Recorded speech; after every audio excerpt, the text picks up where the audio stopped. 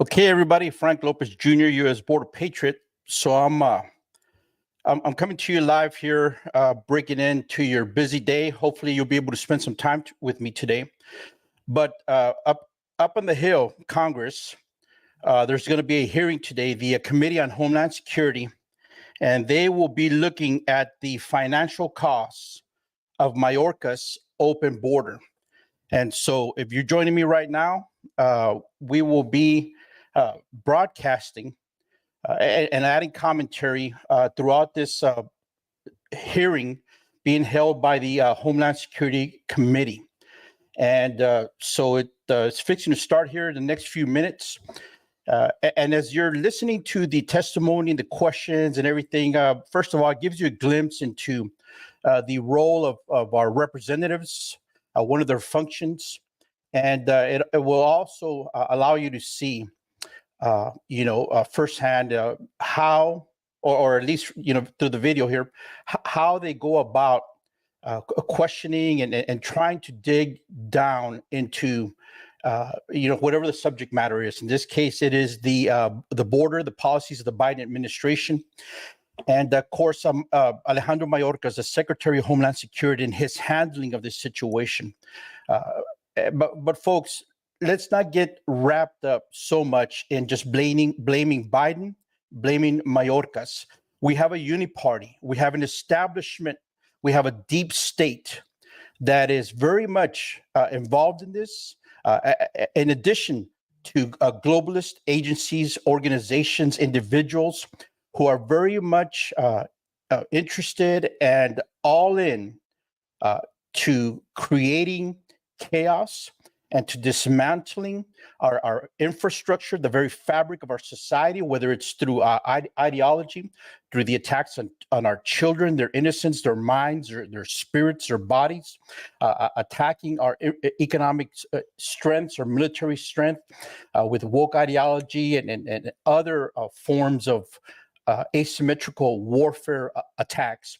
We have to keep in mind that it's not all Biden and Mayorkas' fault. We have do-nothing Republicans. We have the uniparty, the establishment, the deep state, the globalists that are very much involved in this. And so today I'm also very pleased to tell you that I'm multi-streaming now. So we are coming to you live on Twitter and live on YouTube as well. I have my channels there, U.S. Border Patriot on Twitter, and Frank Lopez Jr., U.S. Border Patriot on YouTube, and streaming on a couple of Facebook pages. So I would be very grateful if you would share this information with others. So we're waiting on this committee to open up here. It should start here. I saw a countdown earlier. We were down to, minutes. And so it's one of those things where, you do what you can, you show up, and then you got to wait on the presenters. In this case, it's the Committee on Homeland Security. But as we're talking, let me just bring you up to speed on a couple of things. As you may very well be aware, a few months back, I did, announce that I was considering a run for Congress in the 23rd Congressional District here in Texas. And so since then, I've been studying the situation, speaking with people. I've kept my finger on the pulse of the district, of listening to the concerns of my fellow residents, fellow citizens in this district and throughout the state.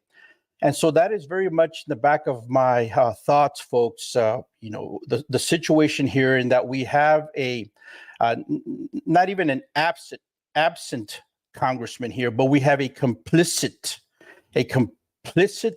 guilty, traitorous betrayer of America, representative in Tony Gonzalez. And so as I've been watching the situation, I've seen him out there as he is now what we would call in the Border Patrol. You may remember I served for 30 years in the Border Patrol. He is doing what we call a brush out. Now, a brush out is when persons, illegal aliens or others, drug smugglers, would cross roads, walk across paths, and in the dirt, in the sand. They would leave their footprints. And so what would happen at that point is that they would then break off a branch or mesquite or some other, shrub or tree, carpet, and they would try to wipe out any trace of their passing. They would brush it out. And so Tony Gonzalez is very feverishly brushing out the fact that he is pro-amnesty, pro-open borders, pro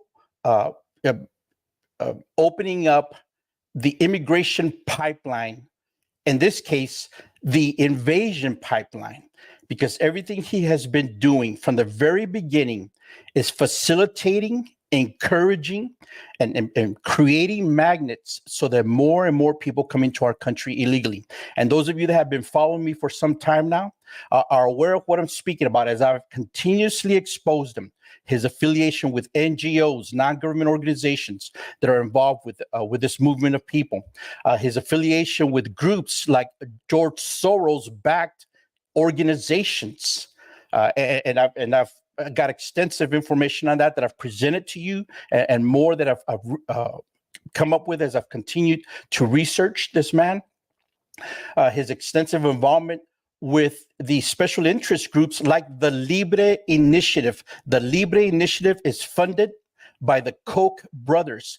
The Koch brothers are what I call, and what others have called, the Chamber of Commerce Republicans. They want cheap labor to flood our country, and they will set up the straw man, use the excuse that they are doing the jobs that Americans don't want to do, which we know to be false.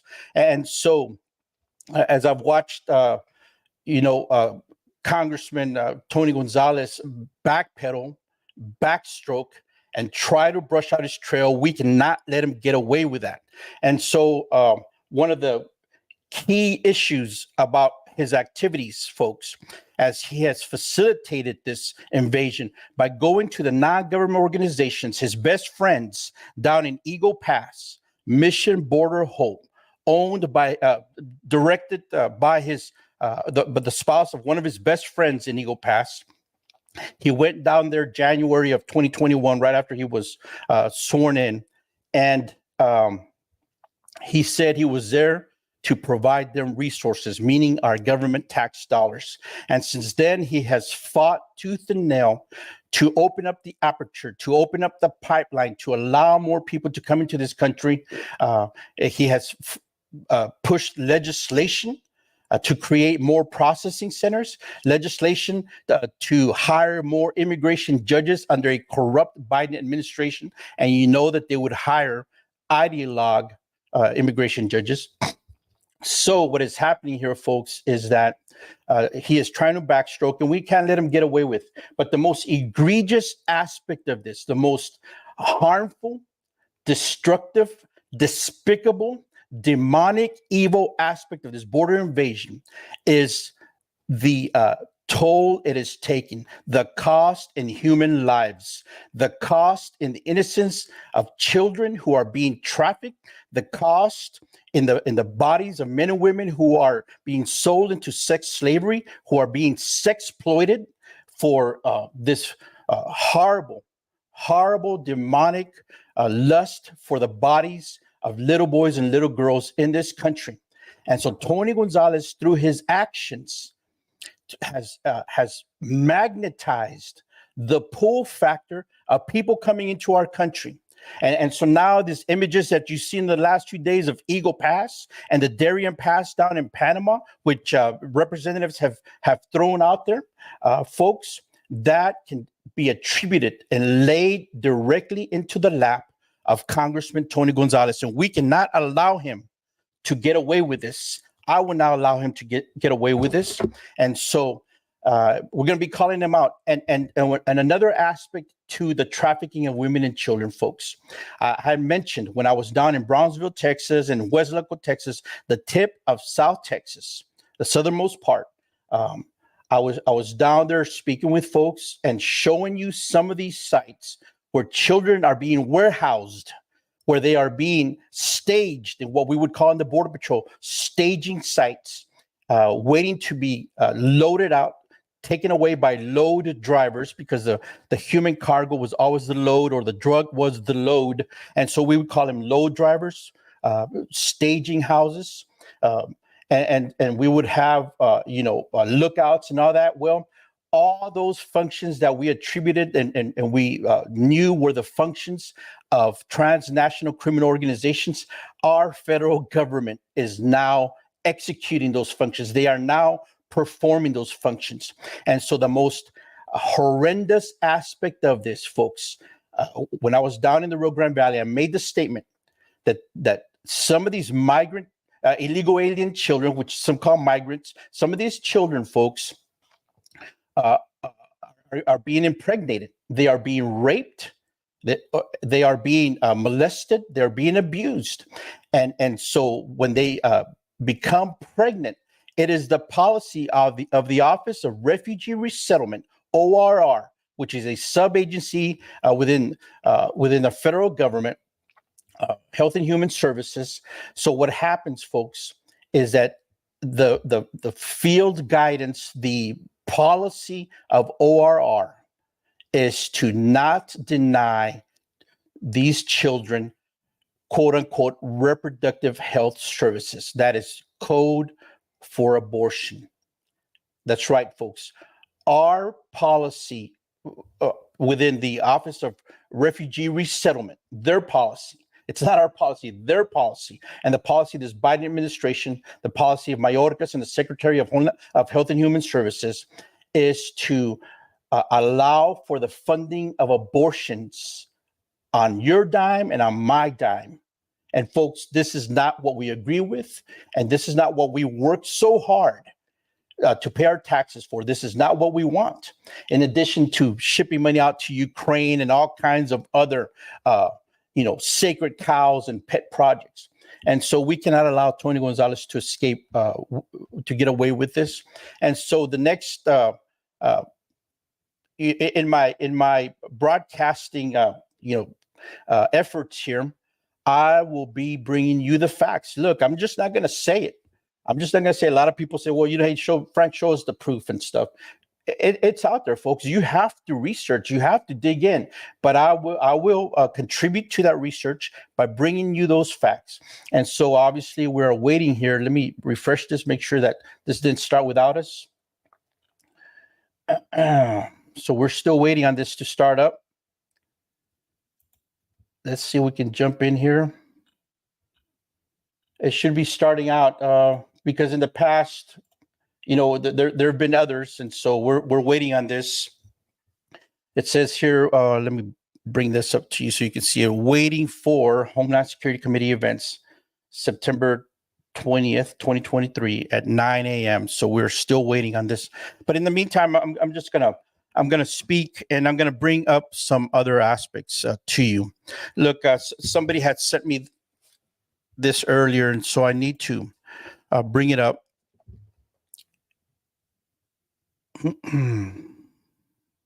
So I'm bringing you this committee event, folks, because as you can see the title right there, the financial cost of Mayorkas open border.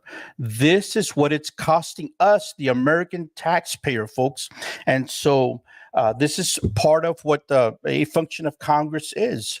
And as you are well aware, when I ran for Congress, I repeatedly said that I would be looking at the funding of the non-government organizations. I would be looking at their contracts. I would be looking at their transportation contracts, whether it's buses or vans or airplanes. We would be looking at all that, and we would be looking to cut the head of the snake. We would work to defund the NGOs, because what we know that they are doing, folks, and I've said it, they are staging houses. These are stash houses where women, children, men are being warehoused. They are the product. They are the commodity. And at these NGOs, they're being staged to be delivered by a load driver, in some cases to airports, to bus stations. I saw the other day right here in Del Rio on Veterans Boulevard at the Stripe store at the 10th and Veterans that a bunch of illegal aliens have been dropped off there at the Stripes right here in town, and of course, this is happening all up and down the border regions, and it's made its way into the interior of the country. And look, folks, you all know that I was campaign manager for my good friend Raul Reyes, who ran against Tony Gonzalez, other candidates back in 2020. And he was the runner-up. He was actually, he came out the runner-up, but all through election night, Raul was ahead. And in the early morning hours, the election, quite honestly, I believe, was stolen out of Bexar County with some of the things we saw there. And so and very similar to what they did to Trump and others. And so, look, folks, ever since I was working with him, alongside with him, conducting research as his campaign manager, helping him out, we firmly believe that Raul won that night, and we would not be having to deal with this. I know he would have been pushing hard against this, in many ways similar to what other Texas congressmen have been doing, is trying to push against this, and certainly not like Tony Gonzalez in District 23. Pushing continuously to open up that pipeline bigger, to make the magnet attracting people into our country bigger. Because that's all that he's been doing. And now he's out there running around shamelessly,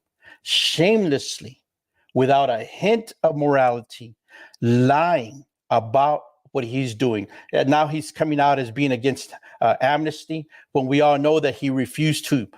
He pushed back on Chip Roy and the Freedom Caucus as they were trying to, get a handle on this invasion earlier this year and parts of last year. And you know that he fought against that. Tony Gonzalez did.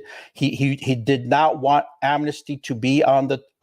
He did not want the doing away of amnesty to be on the table. And he said he would fight it tooth and nail. Any efforts, he would fight tooth and nail. And he actually he pushed hard against it. He refused to.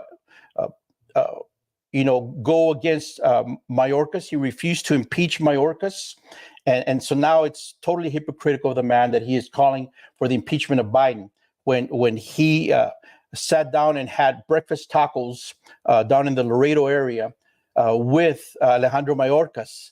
And so that's why he refused to even consider impeaching him. He said it's something that should be reserved. Well, it is a tool, it is a weapon that is available to our representatives, to our Congress, to combat, to fight against fraud, waste, and abuse. And so as we're waiting here for this hearing to start, hey, look, I'm not surprised it's taking some time. I do want to bring up something else here that I had seen earlier, and let me see if I can find it real quick. I'm doing a Google search here.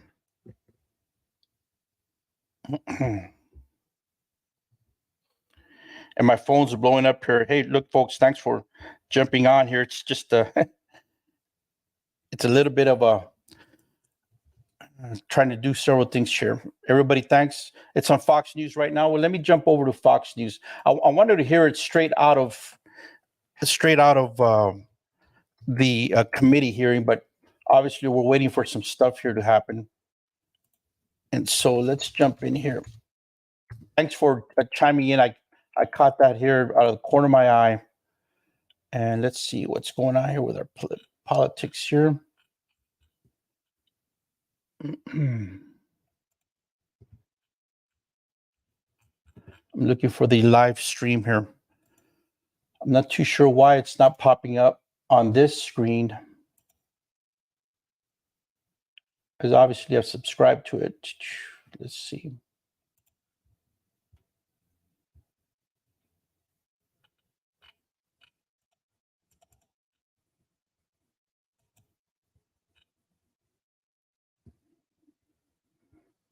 See what's going on here live. We're looking for this.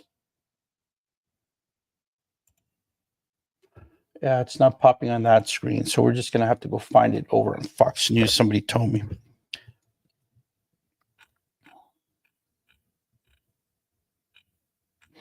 And so as I'm looking for this here, fiercely looking for it. I'm hoping it'll pop up here. And if not, folks, I'll just have to end this broadcast here and let you go about your day. But let me find it here real fast. If somebody could send me the link in the comments, man, that would also be great. It would save me a little bit of time here. But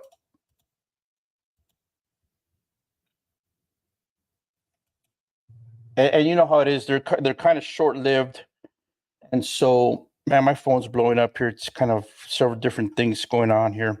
Yeah, I've got that. I've got that link up. It's just not popping up for some reason.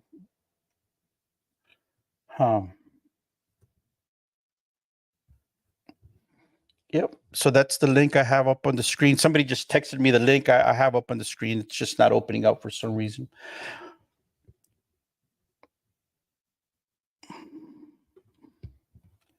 Okay, folks. Well, obviously here we try to bring this up to you and it's not going through. So if I can't bring it up in the next few minutes, I'm going to let you go. And what I'll do is I'll keep on searching. And if that's the case, I'll come back up. But the purpose of this was to bring you this Committee on Homeland Security, the financial cost of Mayorkas open border, as you can see here.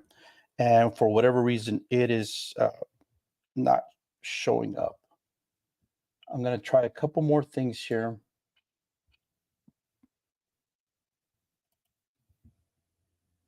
And the only thing about going to Fox is that it could very well cut off at any moment. You know, they, as you all know, they jump in and then they jump out. That's why I had let me try going over to the U.S. House and see if they'll have something there. Okay. Stand by.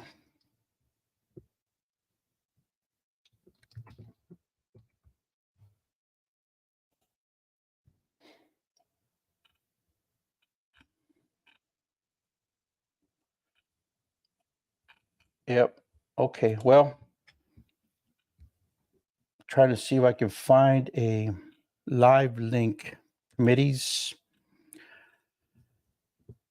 So let's go to Homeland Security and see if we can find that real quick. Committee activity.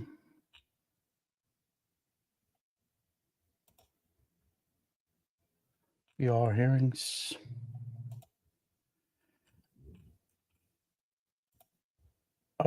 Well, let me show you what. Yes.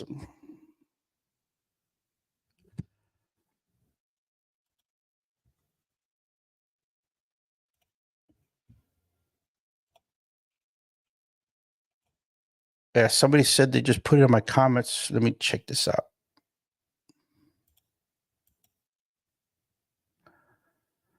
Yeah, it's not letting me go in there. Well, folks, hey, look, I'm sorry about this. Let me jump back on here.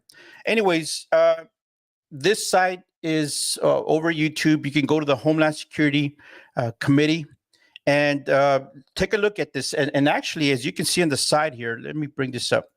They have a whole bunch of other hearings that they've conducted. Biden, Mayorkas open border, advancing cartel criminal activity, the real cost of an open border, an examination. They'll have different things here. And so I encourage you to do your own research. I'll provide you as much information as I can. And when opportune, I'll jump in on a live broadcast or whatever, whenever I think it's important. I know that you guys are working, taking care of family, a lot of busy things here. So I am grateful for the time here. And real quick, let me just reiterate what I said earlier. I am now live broadcasting on several different platforms. So if you go to Twitter or X, I am there, Frank Lopez Jr., U.S. Border Patriot, at U.S. Border Patriot. I am also on YouTube, Frank Lopez Jr., U.S. Border Patriot. You can go find my channels there. And what I'll be looking to do, folks, is as I go live out in the field, also multi-streaming. So now, as I'm out there, on the ground, and I kind of chuckle at that a little bit because whenever I hear about folks, hey, I've been on the border 3 times. I think about the millions of Americans who actually live on the border, who are having to deal with the disruption to their lives, and having to pay very real money for what is happening, the way that our government is misusing our tax dollars, and the way it is impacting our local communities. It's costing our health uh, sector here, our hospitals, our medical care.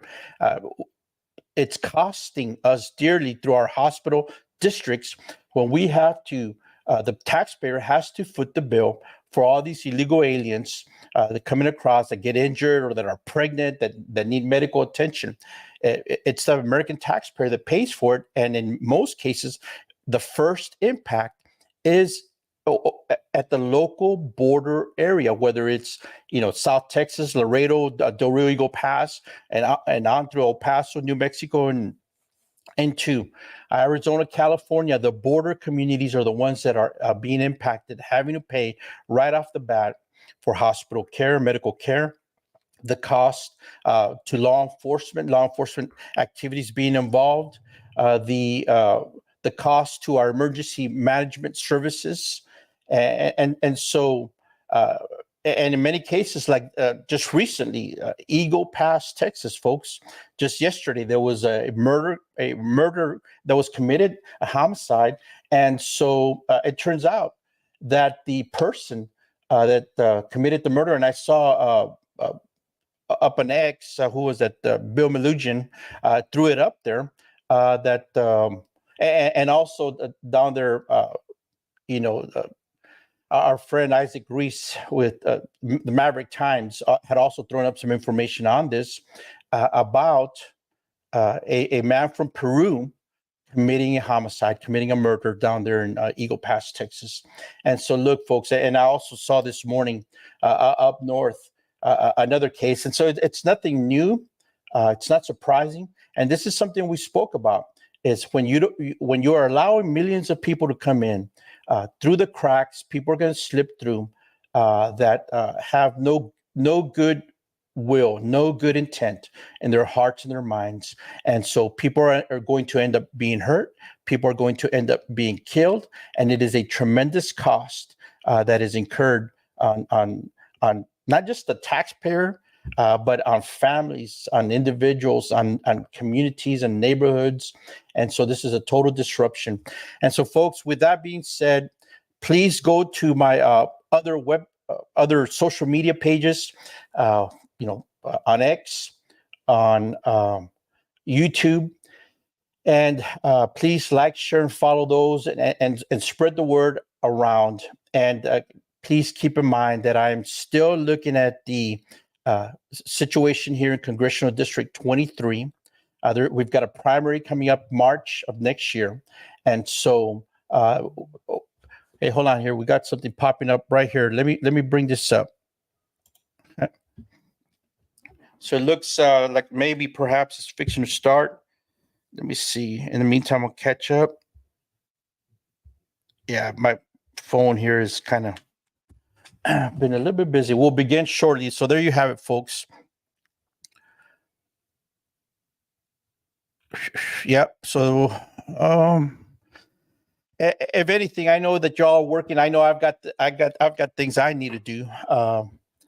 I was up in San Antonio actually yesterday, looking at some sites over there. Got word of another NGO that is operating out of San Antonio, and so yesterday I was doing some field work, some on the ground research, so that I can bring you that information, but also so that the citizens and taxpayers of Bexar County, of San Antonio, can be made aware. A lot of times, even though this activity is happening right in their community, because they're busy with life and children, family, work, etc. They don't have the time to go research. And since I was over there, I just made the time out of my schedule, went out of the way to go research another NGO. And once I can get in a little bit, become a little bit more informed about that, I'll bring you some information on that. But look, folks, as we're waiting for this, if you've got to go, just tab this Homeland Security Committee. You can subscribe to get alerts whenever they come up on YouTube, and listen to the questions that are being asked, and as you're observing that, ask yourself, well, what question would you ask if you were a representative, if you were the congressman on that committee? What would you be asking? I'll guarantee you one thing, that our Congressman Tony Gonzalez has been aiding and abetting that invasion. And so, anything he does, look, right now he's out there blatantly lying, total lies being fabricated by this guy. I saw one where he was saying, we don't need any more processing centers. We just need to pay Border Patrol agents more.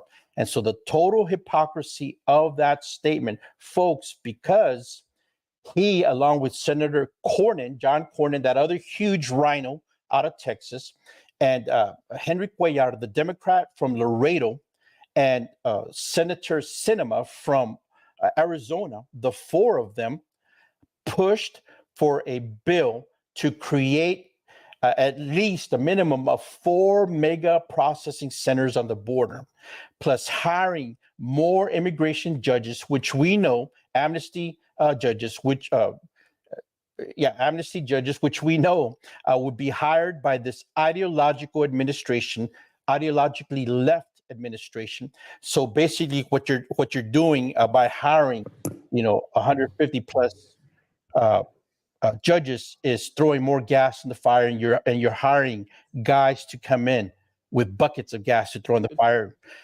And so my audio just kicked in here. Okay. You can hear it as well. The Committee on Homeland Security will come to order. Without objection, the chair may declare the committee in recess at any point. Without objection, the gentlewoman from New York, Mrs. Malliotakis, is permitted to sit in on the dais and ask questions of the witnesses. And as an FYI, it is her birthday today. Without objection, written testimony from Ms. Stephanie Crisp Canales, a Texas rancher who lives near the border and unfortunately couldn't be here today to testify in person, will be entered into the record. No objection, so ordered. The purpose of this hearing is to receive testimony on Secretary Mayorkas's open border policies and how they've taken a financial toll on all Americans, and I now recognize myself for an opening statement. Last week, the committee heard compelling testimony about the human costs of Joe Biden and Secretary Mayorkas's open border policies. As we've heard, and as this committee's investigation found, countless migrants have been victimized through forced labor, sex trafficking, and child exploitation. This comes from multiple sources and is even why the minorities witness last week said they sued multiple administrations. Border Patrol agents and their families have been completely overwhelmed by the crisis, with agents feeling that Mayorkas's policies have left them unable to do their jobs. And America's fentanyl crisis has reached a horrific level, devastating families all across this country, as tens of thousands of Americans are now dying from fentanyl poisoning every single year. Just to underscore the heavy human toll of this crisis, barely 2 days ago, after this hearing, a 1-year-old little boy, Nicholas Feliz Dominici, died at a daycare facility in the Bronx after being exposed to fentanyl during his nap time. 3 other precious children required emergency treatment. Police found about 1 kilo of fentanyl on multiple kilo presses, which are used by the dealers to package large quantities of drugs. Americans are not safe, even in a daycare facility. There's no room for doubt that Secretary Mayorkas is making our communities more dangerous. His policies are putting American lives and livelihoods at risk. Mayorkas has implemented a radical agenda at the expense of the safety, security, and economic well-being of all Americans. And this crisis isn't only imposing a human cost, it's imposing a financial cost too. As the people's representatives, with the constitutional power of the purse, we have a duty to conduct oversight and expose how taxpayer dollars are being abused in support of this radical open borders agenda. Over the past several months, the committee has investigated how the Biden-Mayorkas border crisis has cost the American taxpayer, and our findings have been shocking. First, let's talk about a subject that impacts every single one of us, healthcare. In 2022, Congress's Joint Economic Committee reported that the opioid epidemic cost our country almost $1.5 trillion in 2020. Imagine what those costs are now. In January of this year, another report found that treatment for opioid use disorder is costing hospitals almost $100 billion a year. That's about 8% of total hospital costs, and fentanyl is the primary reason. According to numbers published by HHS, Medicaid spending on emergency services for undocumented aliens in FY21 alone cost $7 billion compared to $1.6 billion in FY16. For comparison, that's more than the entire operating budget this year of Biden's home state of Delaware. And based on past numbers, Texas is likely now spending more than $1 billion on health care for illegal aliens. Illegal aliens recently cost Florida hospitals about $312 million, with providers having to absorb more than $200 million of those costs. Illinois' healthcare fund for illegal aliens has risen from the projected $2.2 to $4 million to over $1.1 billion. Meanwhile, illegal aliens are taking up limited healthcare resources that should be reserved for Americans and other lawful citizens. Residents. We're using emergency rooms and medical facilities that citizens could be using, Joel Martinez, Chief Patrol Agent of the Border Patrol's Laredo sector, recently told this committee. Another Chief Border Patrol agent told us that he has observed women crossing the border illegally simply to have babies in U.S. hospitals. The majority of illegal aliens are uninsured and use emergency rooms to receive care of all kinds, from the routine to the severe. And as a doctor and medical entrepreneur, I can tell you those costs are being passed on to taxpayers, increasing the cost of care for the rest of us. Cities and states have also borne massive increases in law enforcement costs due to the crisis. Texas alone has spent more than $4 billion to secure its border and is on pace to spend billions more just in the next 2 years to defend itself. Tarrant County, Texas, home to Fort Worth, averages 246 inmates with immigration detainers at any given time, costing the county more than $3.6 million per year. In Brooks County, Texas, Sheriff Benny Martinez has said that county officials took pay cuts in order to afford the cost of burying or cremating illegal aliens found deceased on the U.S. side of the border. Think about that. They took a pay cut just to bury the dead found at the border. McMullen County, Texas, home to around 600 residents, is now spending roughly $500,000 every year to deal with this crisis. Sheriff Mark Daniels of Arizona's Cochise County testified in February that in 2022, quote, border-related bookings cost a total of $4.3 million, with 1,578 suspects booked into the county jail for border-related crimes. An increasing number of states are now also sending law enforcement and National Guard troops to the southwest border to assist Texas and others, incurring hundreds of thousands, even millions of dollars in additional costs. Ranchers. The ranchers along our southwest border are dealing with the unprecedented consequences of this crisis as well. As illegal aliens cross the border, they tear down their fences, damage homes, break water lines, and leave piles of trash on the ground. One Texas rancher who hosts game hunts on his land has said that repairing the fence damage by trespassing illegal aliens costs $26,000 per mile. Another rancher has said that hunting blinds on his property worth $3,000 to $5,000, and which are key to his business, have been destroyed by illegal aliens. An Arizona rancher who owns a 50,000-acre ranch told this committee in June that repairs to his ranch cost more than $60,000 per year, and that his property value is down by more than $1 million because of the ongoing crisis at the border. Another has recounted that in 2021, he lost 130,000 gallons of fresh water and endured more property damage than if he were to add 30 years together. Then there's the cost to clean up the trash, the litter left by trespassing illegal aliens on ranchers' land that is not only unsightly but poses an active hazard to grazing livestock. All these costs are an added insult to the loss of security these ranchers and their families feel at the nonstop flow of illegal aliens through their property, some of them with hostile intentions or being guided by cartel operatives. It also costs money to educate the hundreds of thousands of illegal alien children, particularly those with limited proficiency in English. In New York City, one teacher recently told the New York Post, "We're overwhelmed. We've all got migrant students in our classroom. The teachers don't speak a lick of Spanish. There's no resources helping us right now. It's a very challenging situation," end quote. The city could spend around $440 million just to educate illegal alien children that have arrived on Mayorkas' watch. Hotels. Because Secretary Mayorkas has refused to comply with the law requiring him to detain illegal aliens, cities and states have been forced to pick up the tab. According to the Wall Street Journal in August 23, quote, Over 100,000 migrants have come to New York City since the spring of 2022 and continue to arrive at a rate of more than 2,000 a week, end quote. The city estimates it will spend around $12 billion on services and benefits for illegal aliens by 2025. According to city officials in June, it cost $385 per night to provide shelter to an illegal alien family unit at a cost of $8 million a day. Compare this to roughly $150 per night it would cost to hold these family units in ICE detention facilities. Mayor Eric Adams even recently predicted that this border crisis will, quote, destroy New York City, end quote, claiming with 10,000 illegal aliens coming every month, every service in the city will be impacted. Chicago is also spending more than $20 million per month to house and support illegal aliens. Washington, D.C. is expected to spend $52 million by October. The small town of Sanford, Maine, more than 2,000 miles from the southwest border, has said it allocated $155,000 this fiscal year to house and care for illegal aliens, but has now spent more than $483,000, with local authorities saying we've been overrun. This is just a taste of the devastating financial cost of America's border crisis. Costs being borne not just by the federal government, by state and local governments as well. And those dollars are ultimately being extracted from the wallets of hardworking, tax-paying men and women of this country, all to subsidize mass illegal immigration. While families are struggling to make ends meet in a period of high inflation and soaring gas prices, our government is spending billions of dollars on aid for illegal aliens. This is unacceptable, and we all know it is. According to one recent report, illegal immigration is costing U.S. taxpayers at least $180 billion this year. Other estimates put the cost of this self-inflicted crisis in excess of $500 billion. It's simply staggering, and it's infuriating.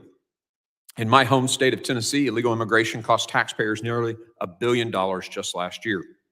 Again, this money is being taken out of the hands of hardworking Americans and given to those who've entered our country unlawfully and now demand the same benefits of American citizens.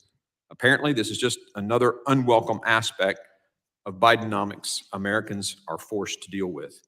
Because Secretary Mayorkas has opened the border, every state must put billions of their own funds into increased policing, keeping fentanyl out of schools, and paying for welfare programs created to support American citizens. All these costs are adding up. Secretary Mayorkas is busy trying to convince the American people of things they know are false. He continues to claim that the border is secure when the American people can plainly see with their own eyes that it's wide open and that the Mexican drug cartels exercise unprecedented control over our southwest border. He's also tried to convince Congress of these same claims on multiple occasions, falsely representing the facts of the crisis to members of this committee and others, under oath. The only winners from Mayorkas' dereliction of duty are the cartels, who are watching the United States pay dearly to undermine its own borders. For the open borders advocates in this administration, no cost is too great as long as they get what they want. Americans are fed up with politicians who waste their tax dollars and think they know better than everyday Americans. Now, Democrats today are going to highlight the increased economic activity produced by people who are here in the country, and that somehow a new restaurant started by an illegal migrant is financially a net positive for the country. If that were the case, Mayor Adams in New York City, a Democrat, would not be screaming at the top of his lungs how this mass wave is destroying his city. And the governor of Massachusetts would not be demanding more money from the federal government. If it's a net positive from a financial standpoint, then send more money back to help us pay off the debt. But apparently it's not, and that's why they're asking for money. No one's going to be fooled by this ruse, but I look forward to the entertaining presentation. Instead of protecting our country and securing our border, Secretary Mayorkas is wasting taxpayer dollars and the cartels are profiting. Until Secretary Mayorkas starts doing his job, following the laws passed by this Congress, both parties of this Congress, Americans are going to continue to be on the hook for the wasteful, needless, and often deadly costs incurred by this self-inflicted crisis. We all know it, and this committee is going to hold them accountable. I now recognize the ranking member, the gentleman from Mississippi, Mr. Thompson, for his opening statement. Thank you very much, Mr. Chairman. Before I begin my opening statement today, I'd like to acknowledge that today marks 6 years since Hurricane Maria devastated Puerto Rico and the U.S. Virgin Islands. Our fellow citizens in Puerto Rico and the U.S. Virgin Islands are still recovering. While we remember and pay tribute to the thousands who perished in that tragedy, I hope this committee will use this time, as it did in the last two Congresses, to improve the Department of Homeland Security's emergency response and recovery capabilities. Tragedies like Hurricane Maria serve as a stark reminder that this committee has a duty to examine all parts of DHS. I'd also like to take this opportunity to acknowledge one of my longest serving advisors, Rosalind Cohen, who will be leaving the committee soon. Rosalind has been with the committee since I became ranking member. The first time in 2005, and she's been Democratic Chief Counsel since 2007. As Chief Counsel, Rosalind has been essential to both legislative and oversight missions of this committee.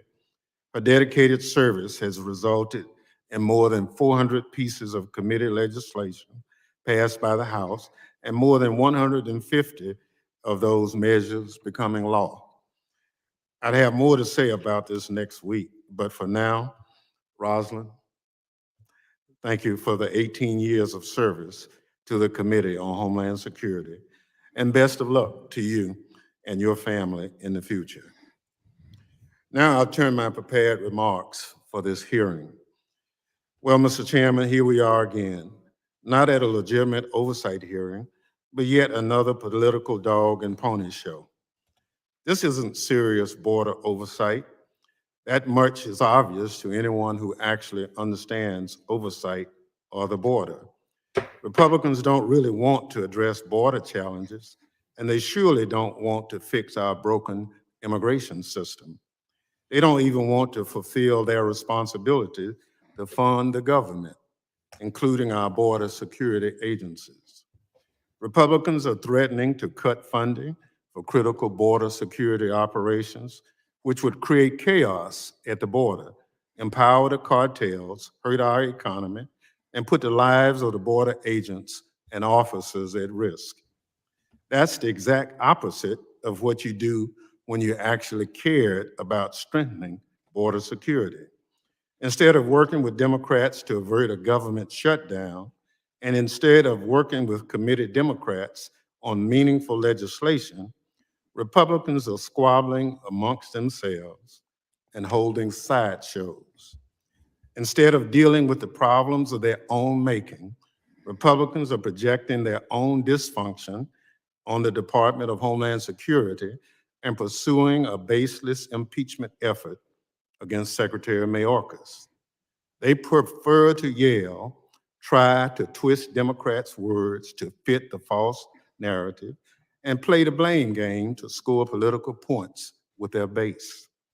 They want a wedge issue, not solutions.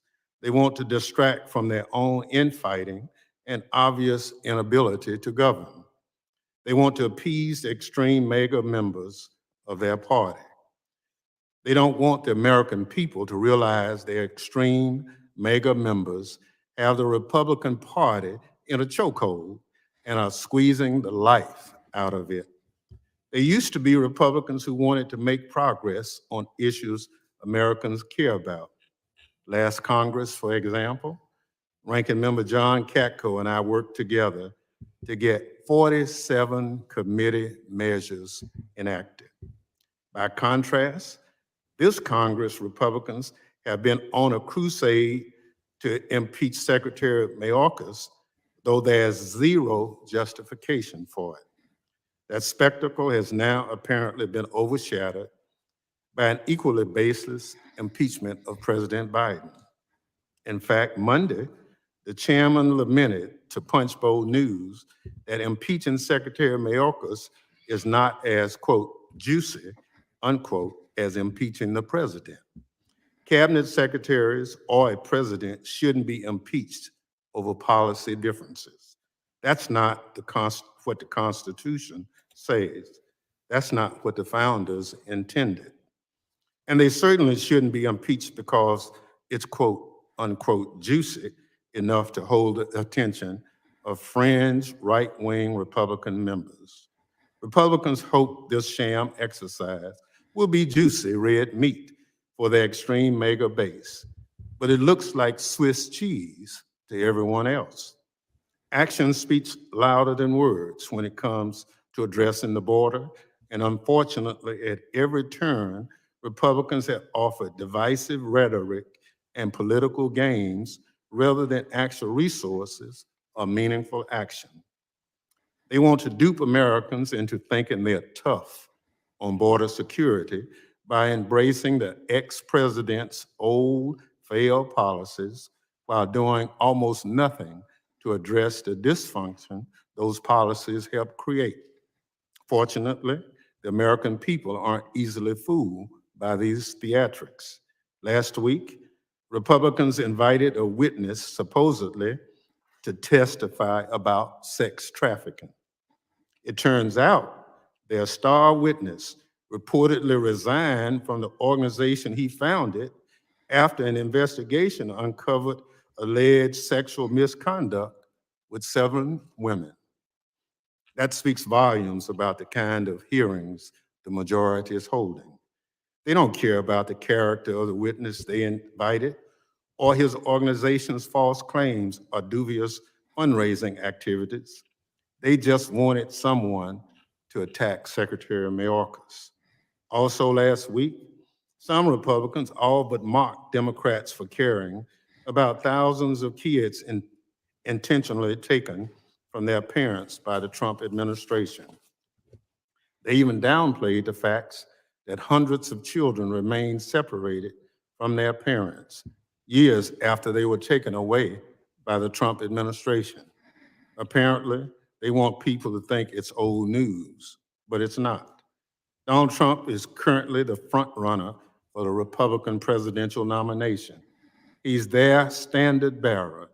He said he'd bring back the policies and others like it if he's reelected.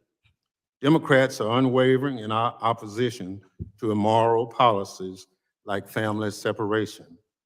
Mr. Chairman, no Republican grandstanding will ever, quote, move the needle, unquote, on that. Democrats are steadfast in support of efforts to achieve an orderly and humane border.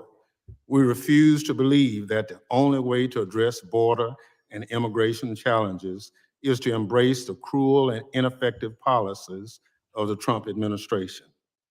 Today, we're going to hear a lot about the cost of migration and its effect on communities. There are near-term costs, to be sure. So we must do what we can to support places like New York, Chicago, and the District of Columbia, and cities along the southwest border receiving asylum seekers. I'm heartened that the Biden administration is increasing resources for communities and NGOs assisting migrants and requesting additional funding for the Shelter and Services Program. That's a very good start, but more remains to be done. We have to make it possible for asylum seekers to support themselves by working and paying taxes while their cases are adjudicated. The Biden administration is working to inform those eligible to apply for work authorization about the necessary steps to access the process. Migrants overwhelmingly want to contribute to our society, and they do contribute.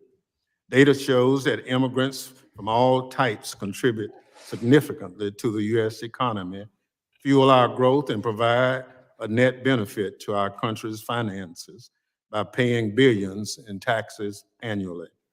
There's no reason to think these asylum seekers will be any different than those who came before them. I'd like to think this committee would have productive discussions about the way forward on the border. But if the last half dozen Republican hearings are any indication, I won't count on it. MAGA extremists probably wouldn't find it juicy enough. Mr. Chairman, I yield back. Thank you, Ranking Member. Other members of the committee are reminded that opening statements may be submitted for the record, and I'm pleased to have an important panel of witnesses before us today. I ask that our witnesses please rise and raise their right hand. Do you solemnly swear that the testimony you will give before the Committee on Homeland Security of the United States House of Representatives will be the truth, the whole truth, and nothing but the truth, so help you God? Let the record reflect that the witnesses have answered in the affirmative. Thank you. You may be seated. I'd now like to formally introduce our witnesses. Mr. Jonathan Lyons is the District 2 Supervisor for the Yuma County Board of Supervisors in Yuma County, Arizona. The board oversees much of the county's daily governance. Prior to leading the state Republican Party for 3 years, he chaired his county party for 3 terms and served as the Arizona Republican Party Treasurer. Mr. Lyons also serves as the Arizona-Mexico Commission on the Arizona-Mexico Commission and is the chairman of the Arizona State Fair and Expositions. Joseph Borelli is the minority leader of the New York City Council representing the 51st District of Staten Island, as well as a member of the council's budget negotiation team. He was formerly the chair of the Committee on Fire and Emergency Management, which has legislative oversight over the agency now managing New York's migrant crisis. Formerly, he was a member of the New York State Legislature and its ranking member of the Committee on Cities. Mr. Borelli is the current chair of the National Forum of Republican Mayors and Council Members and adjunct lecturer of political science at the City University of New York and a former Lindsay Fellow at City of New York's Institute of State and Local Governance. Mr. Aaron Melnick. Okay, thanks. Is policy director at the American Immigration Council, where he directs the council's administrative and legislative advocacy efforts to provide lawmakers, policymakers, advocates, and the public with accurate and timely information about the role of immigrants in the United States. He previously served as a senior policy counsel, where he worked primarily on border and immigration court issues and the intersection of immigration law and policy. I thank all the witnesses for being here today, and I now recognize Mr. Lyons for 5 minutes to summarize his opening statement. Good morning, Chairman Green, Ranking Member Thompson, members of the committee. My name is Jonathan Lyons, and I am a lifelong resident of Yuma, Arizona, where I currently serve on the County Board of Supervisors. My community is situated as close as 2 miles to the Mexican border, and it has allowed me firsthand to witness the devastating effects of this administration's reckless open border policies. I'm grateful for the opportunity to share with each of you this morning the impact of these policies have had on the community that I've called my home my entire life. As a county supervisor in Yuma, I have a broad understanding of the financial and human costs that are associated with our open border to Mexico. First and foremost, our financial impact on Yuma's $4 billion agriculture industry.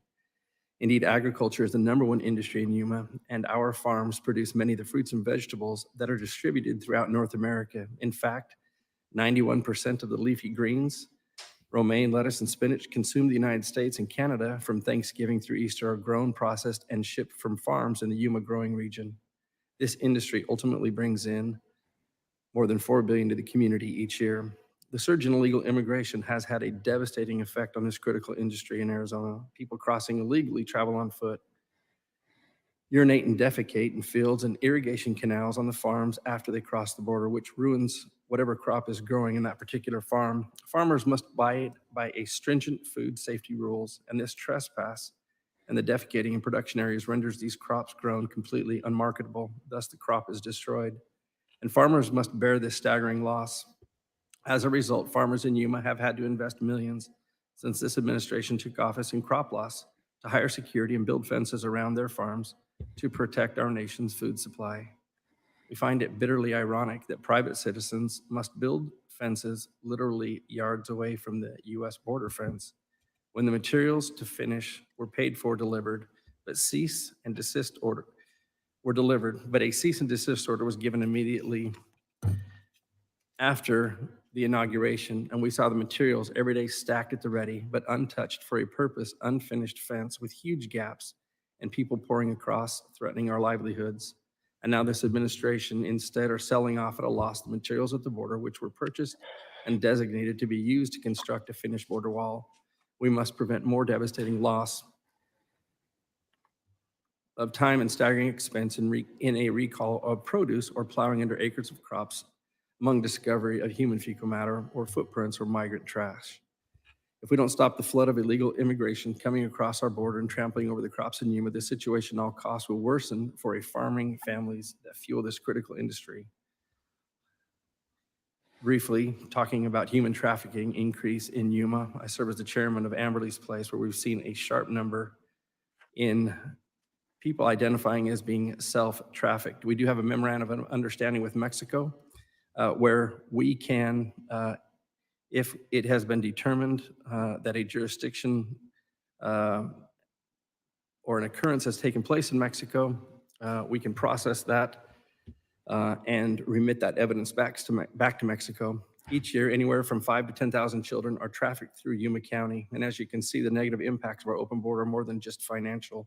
Real trauma and abuse is occurring every day in my community.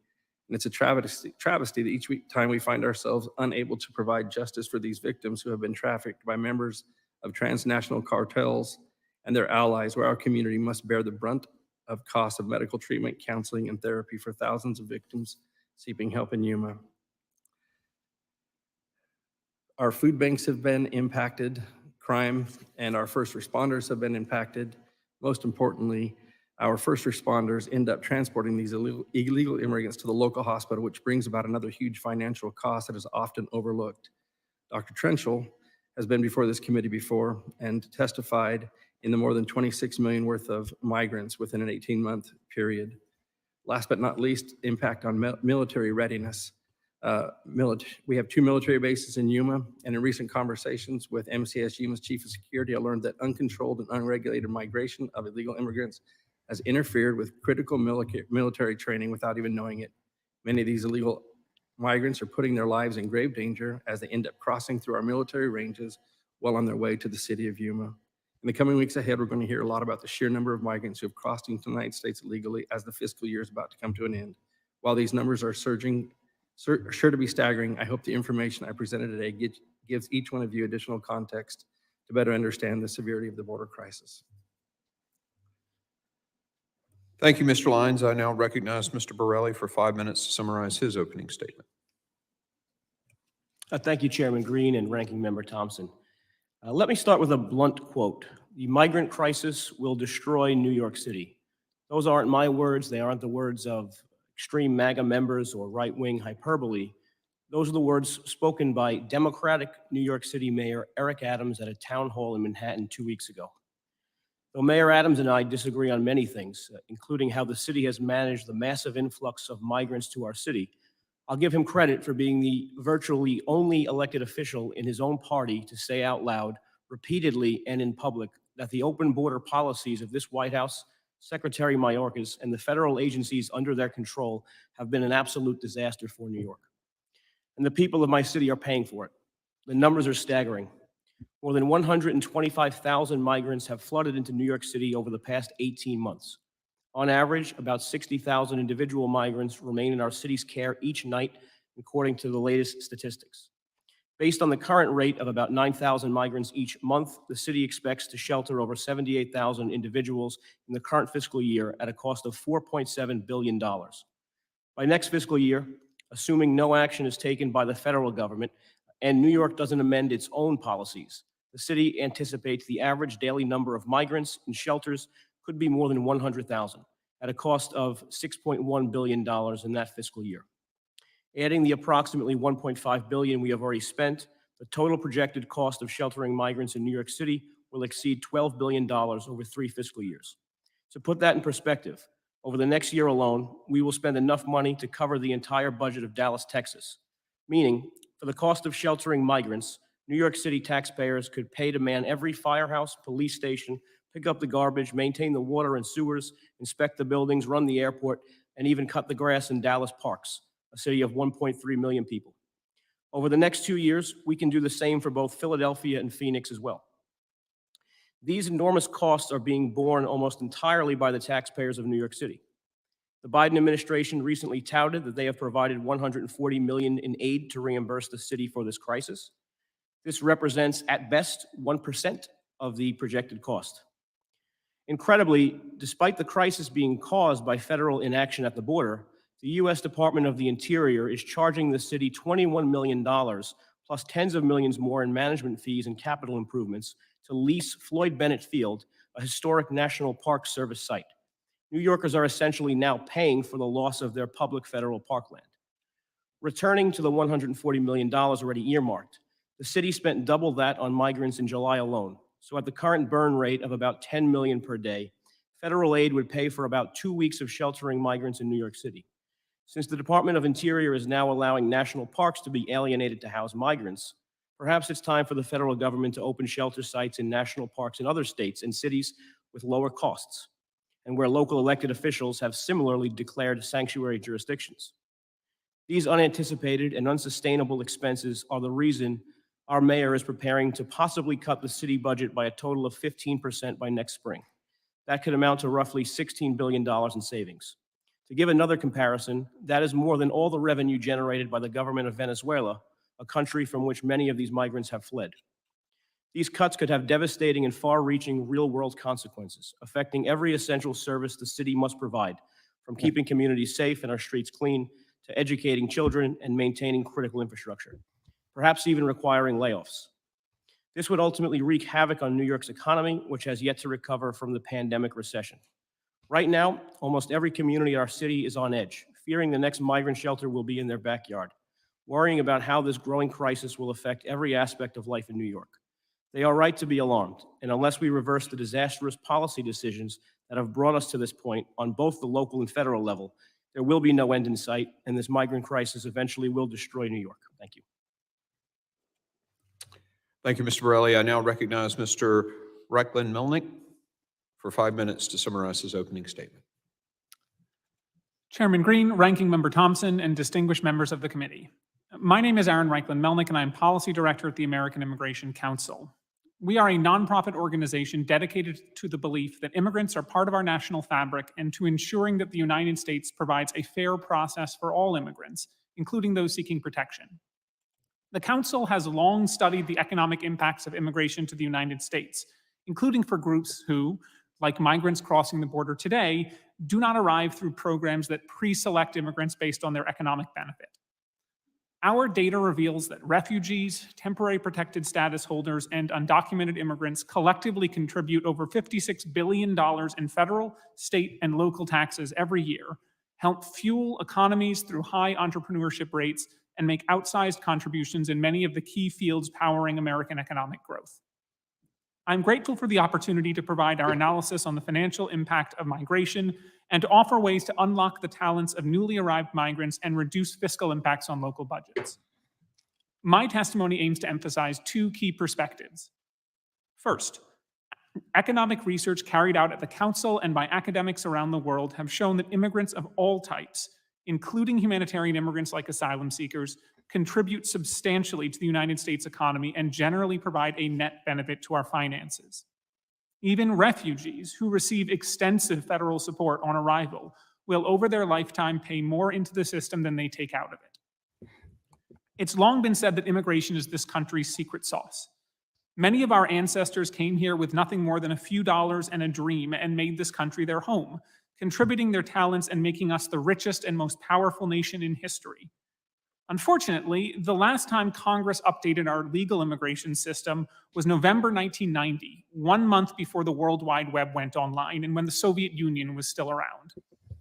The immigration process today is plagued by exorbitant fees, unnecessary barriers, and decades-long delays. But as the system becomes increasingly inaccessible, the need for robust immigration has only increased. As baby boomers age out of the workforce, we risk going the way of Japan or China, facing a steep demographic cliff which threatens to erase decades of economic gains and weaken our status internationally. That's why our research shows that we need immigrants of all skill levels to keep America thriving and great. Second, when examining the economic impact of migration, we must recognize the ways in which our outdated humanitarian protection systems act as a barrier to migrant self-sufficiency, leading to unnecessary and counterproductive strains on local budgets. The most prominent example of this is Congress's decision in 1996 to bar asylum applicants from receiving work authorization until 180 days after filing the application. At the time, most asylum cases were decided within 6 months. Today, the average asylum case takes 4 to 6 years or longer. Even if Congress was right 27 years ago that a restriction on work permits would have a marginal deterrent effect on asylum seekers, today this restriction causes nothing but harm. It has forced state and local governments to provide emergency assistance for people who want to support themselves but are banned from doing so. It bears repeating. Migrants wouldn't need long-term shelter if they could pay for an apartment themselves, and Congress has the authority to make that possible. Over the last decade, the need for us to get humanitarian protection right has become increasingly important as growing numbers of people around the world resort to irregular pathways to seek safety and a better life. Today, displacement and migration are at record levels globally, not just in the Western Hemisphere and certainly not just to the United States. Unfortunately, rather than respond to this situation with innovative ideas and a rekindled commitment to humanitarian leadership, the United States keeps doubling down on ineffective deterrence policies and costly measures like border walls, which fail to stem migration or lead to improvements in resilient processing systems. Over the last 20 years, we've spent $200 billion on ICE and the Border Patrol and less than $9 billion on immigration courts to adjudicate those cases. So is it any surprise that we're seeing record backlogs? The federal government undoubtedly can do more to shield local budgets from the incidental costs of responding to this migration. If we change our approach by funding adjudication, building dedicated processing centers, revamping outdated laws, and ensuring a national response for a national issue, we can build a modern humanitarian protection system that is fair, flexible, robust, and that unlocks the talents that immigrants have long brought to this country. Thank you, and I look forward to your questions. Thank you, sir. And members will be recognized by order of seniority for their 5 minutes of questioning. An additional round of questioning may be called after all members have been recognized. I now recognize myself for 5 minutes of questioning. Okay, folks. So what we have here now is the proceeding of this Homeland Security Committee, the U.S. House of Representatives. So at this point, I'm going to leave it on. I'm going to step away from the camera, but please go and do your research, like, share, follow. Please go to my YouTube page, Frank Lopez Jr., U.S. Border Patriot, and my X account, Frank Lopez Jr. at U.S. Border Patriot, and share, like, follow that. I'll be adding more, more platforms to this capability now that I have to be able to multi-stream. And I'll also be using that function when I go out in the field. I'll be multi-streaming. So please go, like, share, follow these other social media sites that I just spoke about. And please go to my webpage, Frank Lopez Jr., U.S. Border, USBorderPatriot.com, USBorderPatriot.com. And also, share that site. I will also be eventually posting videos on that webpage as well. And I'm looking for the capability to actually live broadcast to USBorderPatriot.com, USBorderPatriot.com. And folks, let people know that that we are out here. We're trying to bring you the real news from the ground. We're doing it, many times out of our own pocket, our own time. And I know that there are others out there like Oscar Blue, Ben Berkwam, Anthony Aguero, and others that are out there in the field bringing you live reports. So go help those guys. We do what we can. It's for the good of America. It's for the greater good. And those guys, especially, they travel out of the country. They go down to Panama and all over the place. And so that's significant costs, but they're bringing you real life images. I'm doing what I can here in my small part of the world. So thank you for listening to this. I'm going to click this back on and I'll be stepping away here. Thank you. God bless you. Let's just try to keep all the migrants in Texas. And I don't know if you've seen some of the press where he talked about that. But I thought, and in your presentation and in the ranking member's presentation, there was this net positive. Why would the president want to keep them in Texas if there's a net positive? Well, I believe, importantly, the program that's been talked about keeping migrants in Texas would be keeping them there for, I believe, about 2 to 3 weeks while they go through the credible fear process. And then if they pass— Why not? Well, let me ask you this question. I mean, and maybe this is for Mr. Varelli. It's $400, $500 a night for a hotel room in New York City? Yeah, the quote is about. I stayed in 200. Dallas the other day. It was like $200 for just a regular room in Dallas. It's $150 at an ICE detention bed. Why don't we put people in an ICE detention bed? I mean, maybe Mr. Borelli, you can kind of talk about the difference between the empty ICE detention beds and the hundreds of dollars for these hotels where we're putting people. Sure. I mean, one hotel in New York, the Roosevelt Hotel, the cost that the city is leasing it for is $200 per night, which is actually a discounted rate, it seems.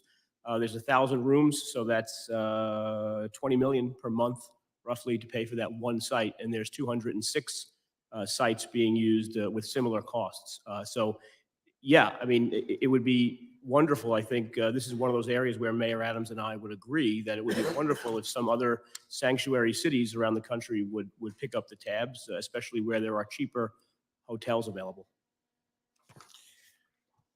This is for you, Mr. Lyons. How is the border crisis impacting? Well, I guess you just really talked about some of the charity services, so I'll go to my next question. Mr. Borelli, can you talk a little bit about education services to illegal aliens and what that's costing the city? Sure.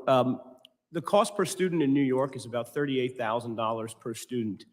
So we've seen about 20,000 children related to the migrant crisis enter our schools.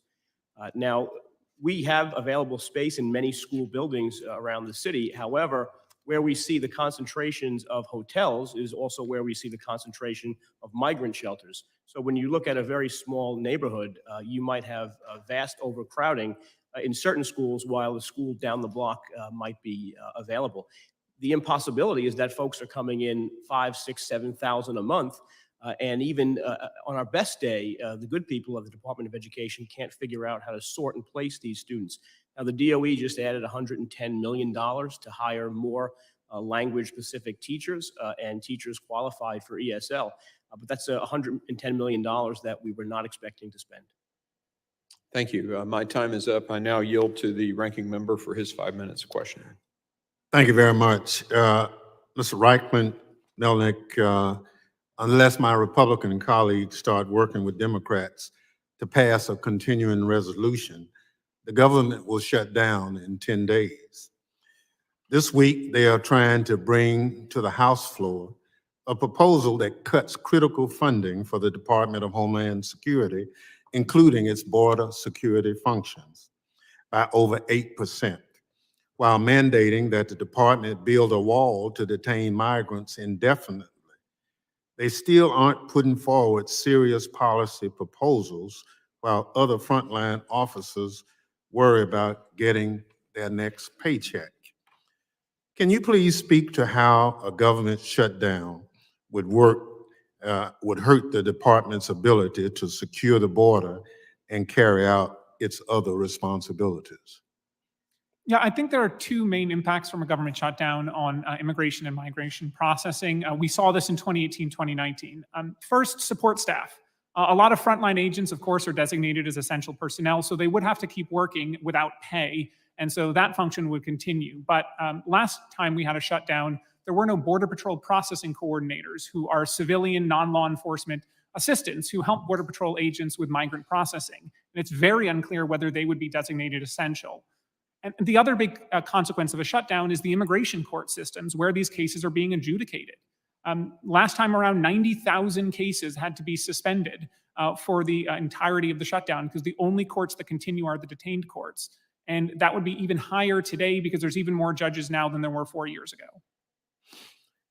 Thank you. So I represent an agricultural district in Mississippi. A lot of the crops we raise depend on immigrant labor. And that labor comes and produces significant positives for farmers and ranchers in the community. And I shudder to say that if the labor were not available, we'd have serious trouble in terms of getting the crops out of the field. Your organization has done excellent work on the topic showing the immigrant contribution to the U.S. economy. Can you expound a little bit on what that impact is on the U.S. economy? Certainly. I think really quickly focusing on agriculture and meat packing and other industries that feed the United States. We know that about 70% of farm workers in this country are undocumented. These are literally the people who are picking our crops and making sure we have food. But even when we look at other industries like meat packing, more than 40% of all people who work in the meatpacking industry are immigrants, which is compared to the fact that there's less than 14% of the population is immigrants. So nearly twice as many people work in the field than are immigrants in the country. And the labor shortages in those industries are very significant. In the next 10 years, about 30% of all people who work in that industry are going to be over the age of 65. So we hear every single day that to keep these industries running, we need immigrants to come fill those jobs because there are simply not enough workers to do this. Job openings are up, wage growth has gone up in these industries over the last few years, and yet they are still telling us we need more people. You talk to local communities around the country, and that's what you hear. Thank you. I yield back. The gentleman yields. I now recognize Mr. Guest for his 5 minutes of questioning. Thank you, Mr. Chairman. Gentlemen, thank you for joining us today for this hearing. Before I begin, I'd like to play a brief clip, please. Never in my life have I had a problem that I did not see an ending to. I don't see an ending to this. I don't see an ending to this. This issue will destroy New York City. Destroy New York City. Ms. Borelli, in your written testimony, you referenced this particular speech given by the mayor, and you actually set forth some financial figures detailing to the committee and to the American public just the extent of the financial distress that is being caused upon the great city of New York. You say that at the current rate this year, the city will spend $4.7 billion. That next year, you expect the city to spend over $6 billion to care for the immigrants that have come to New York. You put that into comparison with other major cities. Just for perspective, I would like to relate that to the budget of my and the ranking member's great state, the great state of Mississippi. Our budget for fiscal year 2022 was $5.8 billion. And our budget for fiscal year 2023 is $6.3 billion. So the information you have provided to us says that New York will spend next year almost as much money as the entire state of Mississippi spends to fund our entire state government. You talk about that there are anticipated expense cuts that are coming. You say that there are unanticipated and unsustainable expenses, that the reason the mayor's preparing to cut the city's budget by a total of 15%. You go on to talk about effective services, public safety, education, critical infrastructure, and possible layoffs. So I want to ask you, Ms. Borelli, first and foremost, do you agree with the statement of Mayor Adams that we just played here just moments ago? I do. I think it has the potential to really diminish New York City's long-term financial future. I think it's a major problem. I wouldn't bet against us. You know, New York has come back before. I just don't know whether it'll be in my generation or perhaps the next generation. But yes, it would be correct to compare it to the budget of Mississippi. And I'm actually looking forward to visiting your state for the first time next month. So I'll see what that $6 billion buys your taxpayers. For us, it pays for these potential at that point in the next fiscal year, about 78,000 migrants. And again, the mayor's cost estimate per day per person is about $383. So obviously that will continue to increase as long as buses are being sent from the border. And Ms. Borelli, who do you blame for the current financial crisis that's being caused by the illegal immigration there in New York? I blame the federal government. I mean, we have had, and I'll accept responsibility for not being able to push back against sanctuary city policies and the right to shelter policy in my city. But at the same time, we've had those in place since the 1980s. It's only been since this administration has took over, it's only been since Secretary Mayorkas has taken over, where we have had this level of unprecedented migration to our cities from people who are relying on the city taxpayer to provide every resource available to them.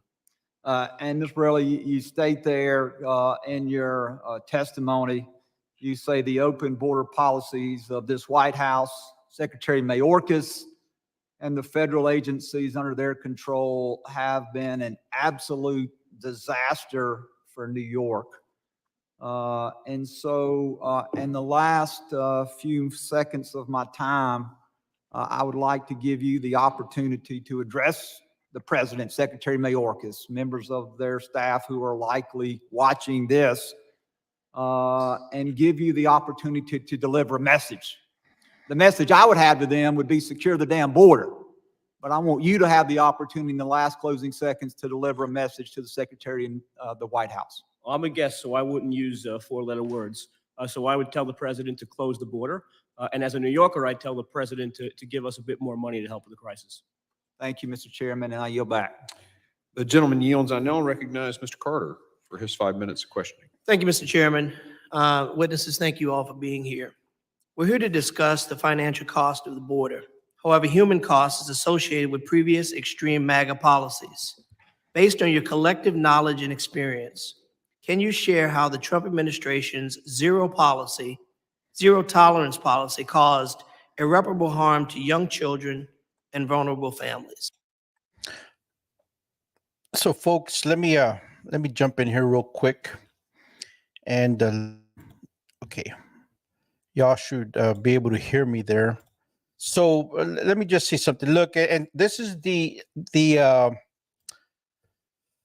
pattern. So they'll go around to all the different representatives here, alternating between the Republican and Democrat, and they'll ask questions, whatever, and it is an effort, to push their ideological football back and forth.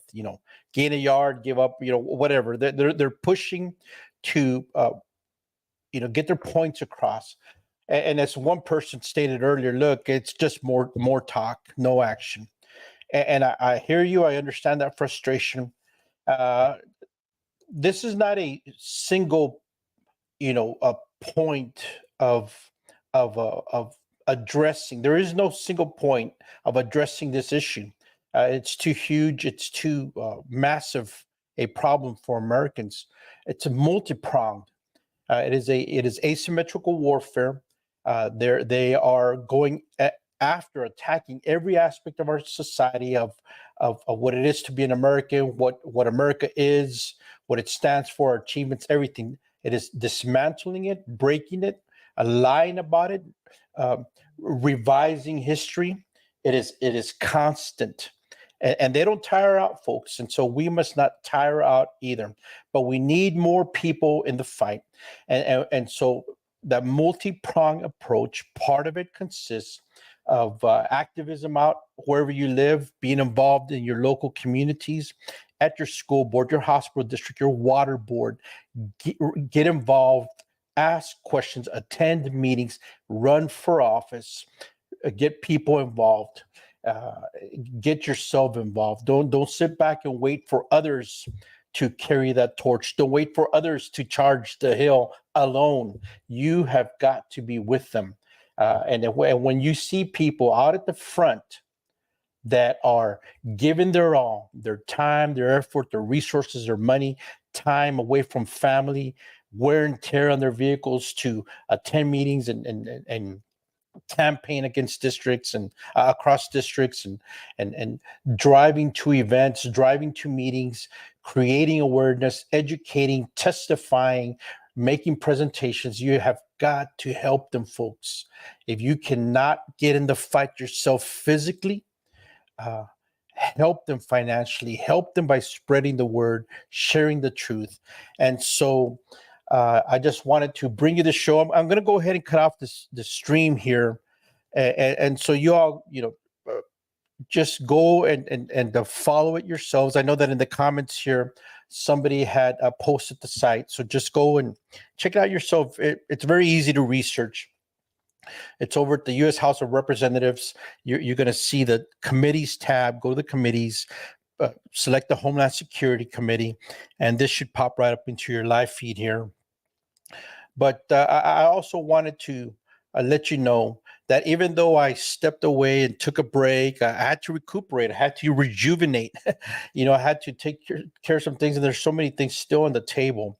But I am keeping my eye not just on Congressional District 23 here in Valverde County, where I live at in the U.S.-Mexico border, Del Rio, Texas.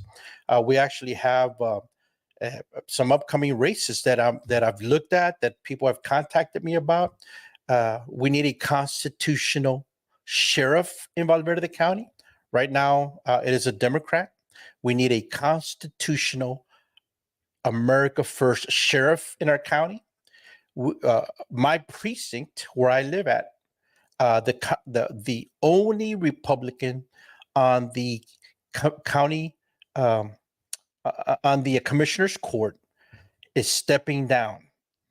He is the only Republican. So we must replace my commissioner who's stepping down. We must replace him with an America First, Texas always type of commissioner. And then there's going to be some other offices, as there usually is during an election cycle, for other JPs or, all that kind of stuff. And so, folks, I'm certainly looking at everything. I'm assessing everything, and I'm also looking at the toll that this takes on me and my family, my time, my limited resources, my pension budget, and so I have to just assess all that, and foremost, above all else, is seeking the face of God and trying to hear, the voice of God, and to do what must be done, to do what needs to be done. We don't need a burning bush. We don't need a bolt of lightning to strike the ground. It is just getting into that prayer closet, spending time with the Lord, and measuring the situation, looking at the situation, and so making a decision based on that. And y'all, as you all know, look, running for office is not easy. It's a snake pit. It's a snake pit full of vipers, liars, and hypocrites, and thieves, and immoral people. And there is that side of a child of light, a child of God who can't stand to be near that. But we also realize that we are salt and light, and God has called us out of darkness into his marvelous light, that we should show forth the excellencies, the greatness of him who called us out of that darkness.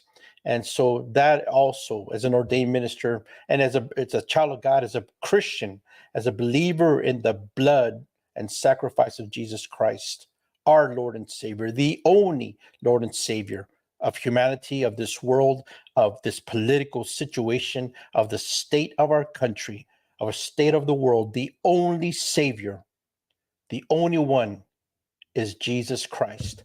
And so that is the ultimate healing for our bodies, healing for our land. But in the meantime, this is the now and nasty, and this is where we live, and this is where we have to fight. Fight for what is right, fight for children, fight for the innocence of children, fight against this evil, demonic agenda of the one world order, the globalist, deep state establishment. We have got to fight them tooth and nail. And in order to do that, you need people of substance, you need people of strength, people with a spine, people who are not afraid to speak the word of God, to speak truth to that darkness, and to say it like it is and call them out whenever you see them. exposing the hypocrites, exposing the liars, exposing the opportunists. We must continue to fight.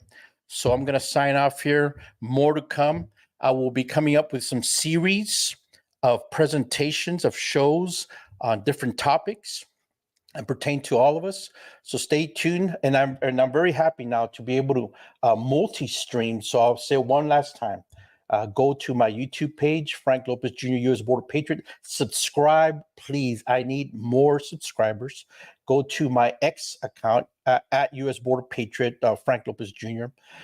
Go to, and I'll be putting more up there, but please like, share, follow, click, whatever you have to do on those pages, and spread the word.